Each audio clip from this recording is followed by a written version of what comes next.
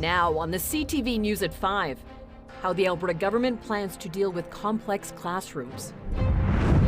Plus, the doors open on My City Care's annual Shop of Wonders, and paying for parking tickets with toys. Telling your stories. CTV News Lethbridge with Jackie Scantlebury. Good afternoon. Thank you for joining us. The province has released a report on rising aggression and complexities in the classroom. The report is aimed to build new policies to address these disruptive behaviors. Quinn Keenan has more. A 25-person team has been working since June to address growing classroom complexities. Now, with the report finalized, the province plans to use it to guide decision-making. I do want to thank the members of the action team for this comprehensive and thoughtful report. We tasked this group with providing immediate and long-term recommendations to the Minister of Education and Childcare for addressing behavioral, mental health, and learning needs in schools. The report is a result of the teacher strike action. One of their biggest concerns was complex and sometimes dangerous classroom conditions. The report features 7 recommendations. These include developing class size criteria, hiring additional teachers and educational assistants, and increasing cross-ministry communication to help families navigate supports. The report also said the cause of these complexities were difficult to determine. I am confident this report gives us a clear path to tackle the challenges facing our classrooms. The action team's recommendations will help us move forward thoughtfully and effectively. The NDP believes the recommendations provided can be a good jumping-off point, but they were critical of a lack of clear direction on how these recommendations would be implemented by the province. We failed to see from this government was a real plan and real action that they are going to bring to address the classroom complexity that is happening today. The Alberta Teachers Association, meanwhile, says they've been talking about many of these issues highlighted by the report for years. The ATA is pleased that many of its concerns have been recognized, but say the recommendations must be acted on. If this province wants real and lasting improvement, these recommendations must make their way into policy or the Education Act itself, so their importance does not fade and cannot be forgotten. Quinn Keenan, CTV News, Lethbridge. Unionized nursing care staff are set to strike tomorrow morning. Talks between the AUPE and Alberta Health Services resumed yesterday and today. Wages remains one of the big sticking points. With no sign of a new offer, 16,000 employees are preparing to walk off the job. A man is dead after an incident at a coal mine near Sparwood, BC. A 39-year-old contractor went missing during maintenance work at the Elkview Operations Mine yesterday morning. RCMP and the BC coroner responded, and the man's remains were recovered this morning after an extensive search. The man is a resident of Hosmer, BC, but police have yet to release his name. RCMP and the company are conducting a full investigation of what happened. At this time, there is nothing to lead us to believe that there was anything criminal regarding his death, but we are continuing our investigation with the Ministry of Mining and the BC Coroner Service to determine those exact circumstances. In a statement, the CEO of Elk Valley Resources said, "Our heartfelt sympathies go out to family, friends, and colleagues of this person. This is an incredibly difficult time for our Elkview operations workforce, and we are ensuring support services and counseling are available." Meanwhile, 11 people, most of them children, have been hurt in a grizzly bear attack in BC. It happened in the remote community of Bella Coola. The elementary school class was walking on a trail when the attack happened. Teachers repelled the bear using pepper spray and a bear banger. 3 children and 1 adult needed hospital treatment. 2 are in critical condition. Conservation officers say the bear may have been previously injured. They're still trying to find the Bruin. The Taber Police Service has laid charges in relation to an alleged fraud. In July 2024, police say the executive local 2038 of the Canadian Union of Public Employees reported that it had discovered unusual financial activity involving the treasurer of the local QP group. Investigators determined the former treasurer had allegedly misappropriated nearly $10,000 worth of union funds over a little more than a year. 54-year-old Gayleen Enora Whitley of Barnwell has been charged. She will appear in court next week.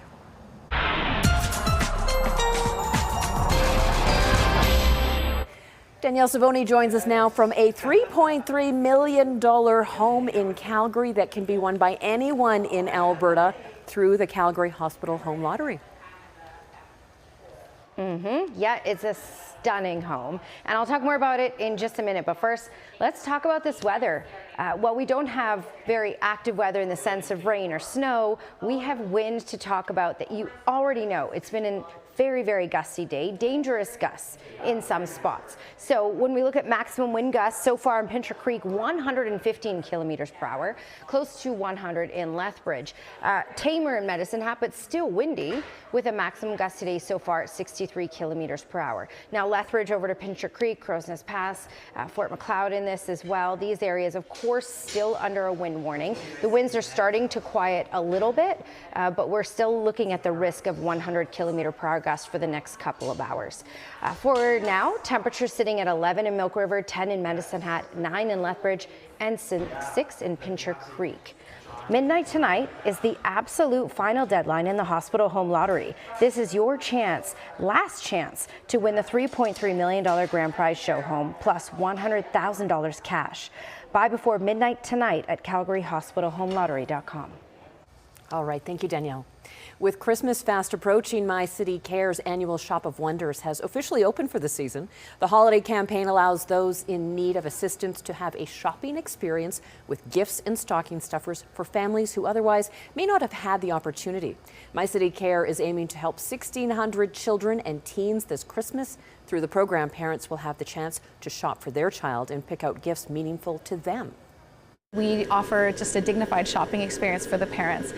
We want to give back that to them, that they're able to choose a gift for their child and be able to say to their children, you know, I got this for you, and just be able to really create those Christmas memories.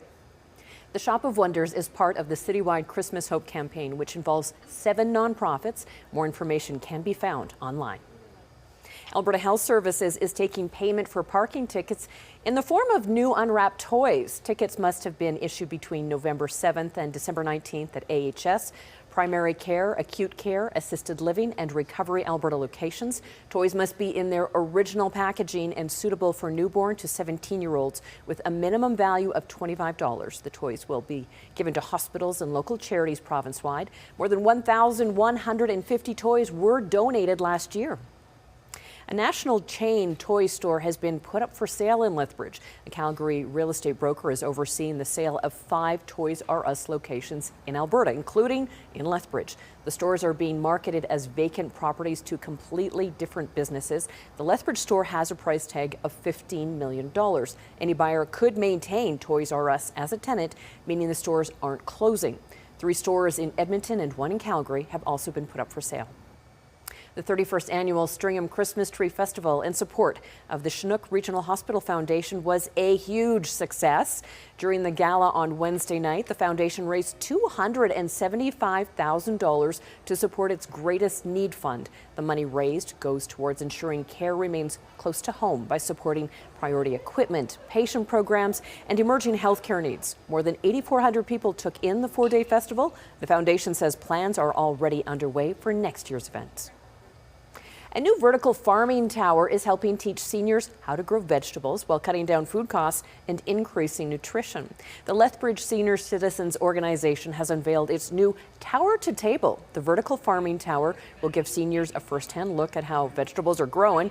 Once they're ready for harvest, the vegetables will then be used for the LSCO's Meals on Wheels program. The farming tower is in partnership with Credit Unions of Alberta and Winston Churchill High School.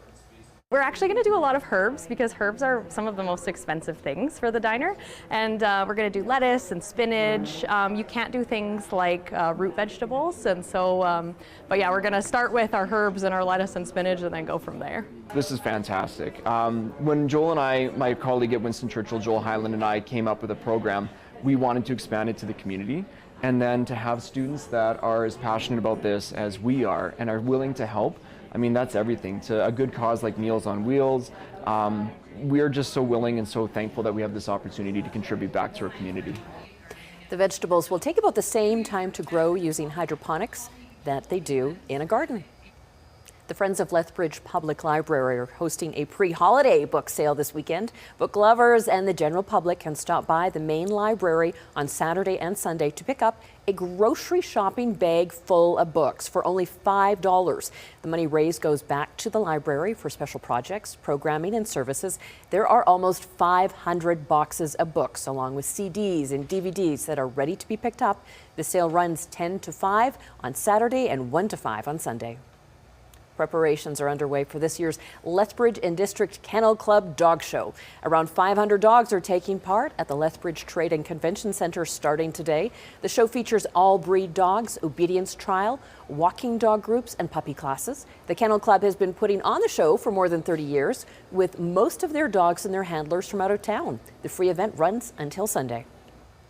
And Lethbridge Polytechnic is getting ready to host its second annual Winterfest next week. The event will feature a hot chocolate bar, bonfires, photos with Santa and Mrs. Claus, along with the Coca-Cola Holiday Caravan. The festival is open to students, alumni, and the entire communities. Last year's event saw a couple of hundred people attend. Winterfest is free, but attendees are encouraged to bring a non-perishable food item for the Students Association Food Bank. This initially started during the pandemic when a lot of people were, feeling lonely and didn't have a lot of ways to engage during the winter months. So that's what it's really inspired from. And now we just really want to take this opportunity to connect with the community and spread holiday cheer. Winterfest runs from 5 until 8 next Thursday at the Polytechnic. Well, Danielle has your weekend forecast coming up right after this break. Plus, we take a look at the controversial industry of children's skincare when we come back.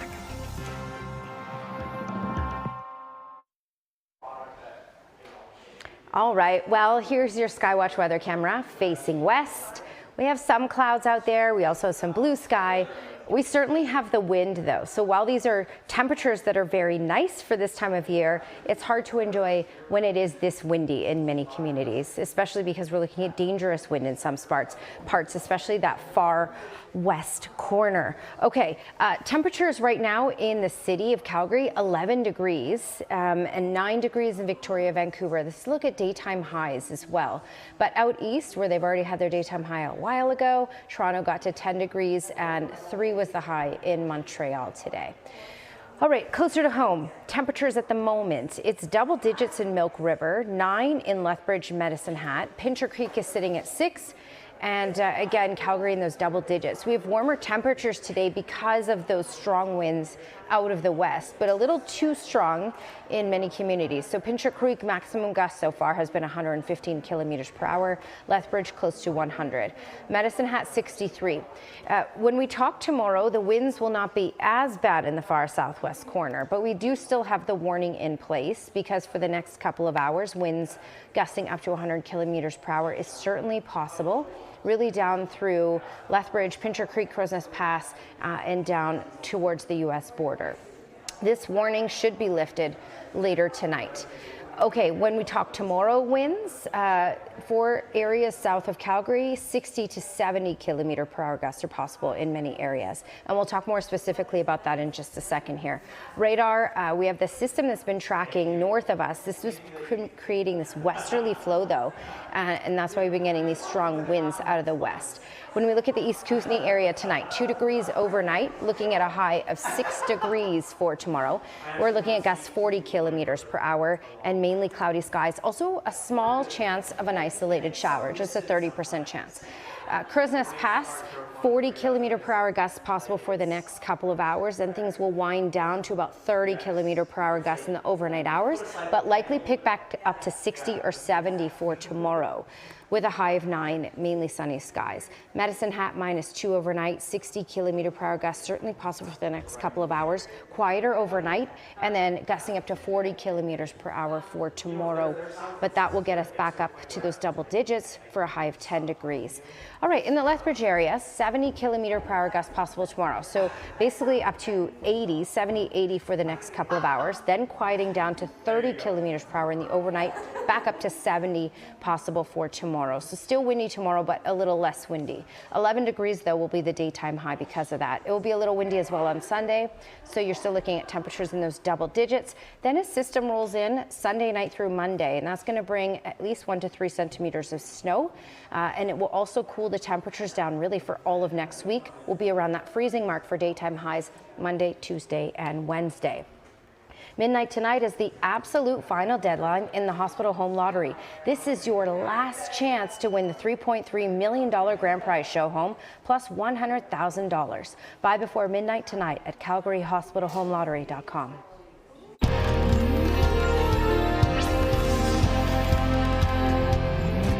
Southern Alberta has seen more than 1,000 cases of measles. 4 new cases in the South Health Zone has pushed the case total in that region alone to 1,003 since March. There are no other active cases in the province. 2 doses of the measles vaccine are considered the best way to prevent getting the disease. A new skincare line for kids as young as 3 is igniting a fierce debate. The creator says it's not about beauty, but self-care that's fun. But some parents and healthcare providers are not so sure. NBC's Stephanie Gosk reports. When did we start to think that 3-year-olds need to be obsessed by anti-aging or makeup? Rini, which means children in Korean, is a new company from actress-turned-entrepreneur Shay Mitchell and 2 of her friends. Mitchell says it was inspired by her own experience with her 2 daughters wanting face masks she thought were inappropriate. The ingredients in these masks are crazy. They actually shouldn't be used for kids at all. Her beauty brand has face masks designated for growing faces ages 3 and over. We are committed to being dermatologist tested, hypoallergenic, vegan, cruelty-free. Mitchell says it's not about beauty, but self-care that's fun, gentle, and safe. But some parents and healthcare providers are not so sure. At age 3, the only thing I think we should be considering is getting them into a little habit of being clean and just hygiene. Generation Alpha, which includes children ages 15 and younger, has been swarming into beauty stores, dubbed on social media Sephora Kids.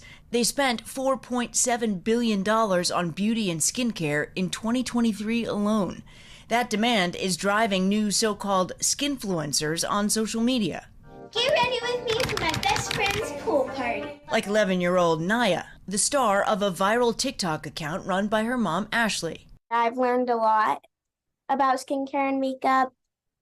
I've learned how to have a lot of fun with my mom. This one's kid-friendly. The pair says it's a way to start healthy routines together. That if your children are old enough to be curious about it, it's time to have a conversation. When it comes to using preventive skincare products, doctors say kids should wait until puberty. Wait till there is an issue, when their skin actually changes, then you start targeting their skin with specific products. Still ahead on the CTV News at 5. Why many Canadians say they won't be taking in FIFA World Cup games in person. Sports is next.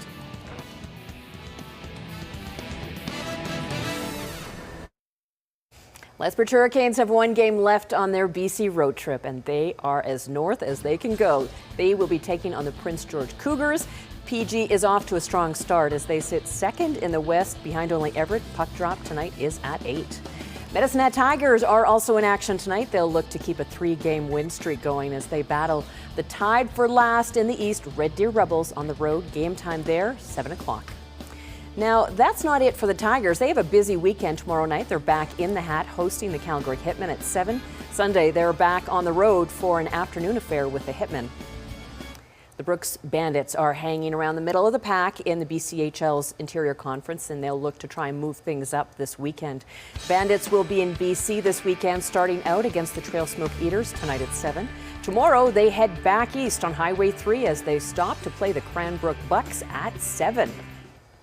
The University of Lethbridge Pronghorns basketball teams are hitting the court this weekend. Pronghorns basketball teams are in Calgary for a weekend series against the MRU Cougars. The women's teams start things off tonight with their game at 6, followed by the men at 8. Tomorrow, the same matchups with earlier starts as the women play at 5 and the men at 7. With the FIFA World Cup now less than 7 months away from hitting Vancouver and Toronto, a new survey suggests most people won't be able to afford to watch the games in person. An Angus Reid poll suggests 7 in 10 Canadians think tickets are too expensive for them to attend, and half would resell them if gifted. pair. 71% say Vancouver and Toronto should only host matches if revenues meet or exceed the cost of the event. Meantime, 1 in 5 say it's not worth hosting the games at all. The cost of hosting 7 games in Vancouver is estimated at just under $750 million, which is to be paid for by all levels of government. Curling purists, you may want to look away. A minor league baseball team in Montana hosted a turkey curling night, all for a good cause. People who showed up could bring a turkey or pitch in $20 for a food drive. So what's it like curling with a turkey? Sliding is similar, but it doesn't glide quite the same as a rock. Still ahead on the CTV News at 5, a BC company is stitching together costumes fit for a king. That story still ahead.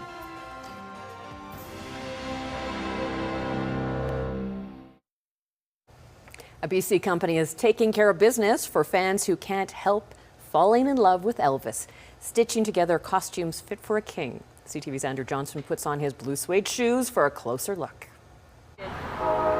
Inside a modest Nanaimo, BC home, you'll find one of the world's only major suppliers of a certain sort of swagger. They're beautiful, you know. I never get tired of working on them.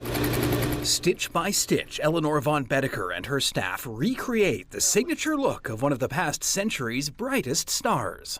I think it's just Elvis is the full package. I hope this suit don't tear up, baby. A big part of the Elvis Presley package is iconic 1970s jumpsuits, complete with cape. Von Bedeker, a costumer by trade, started making them for Elvis tribute artists close to 20 years ago.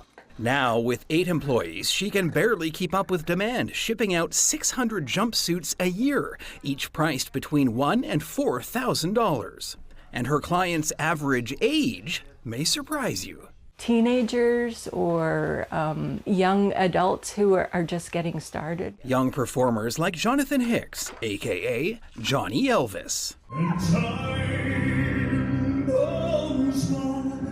who comes to Eleanor. It's a little tight across the thighs. To perfect his look, impersonating the man he has idolized since he was 5. I try to really study, go on my iPad, or I watch YouTube videos of him in the 70s. It's full time, and I'm very, very blessed to showcase my talent. Hicks makes a living channeling Elvis full time, which I discovered is harder than it looks. You do this whole stance, microphone in. Left hand is mic. And you can do a shimmy, you know? Faster. Come on. Thank you.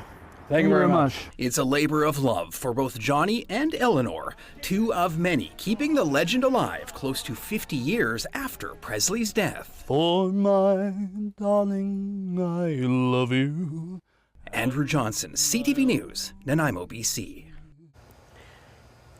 We thank you for sharing this time with us tonight. Now here's the early edition of the CTV National News.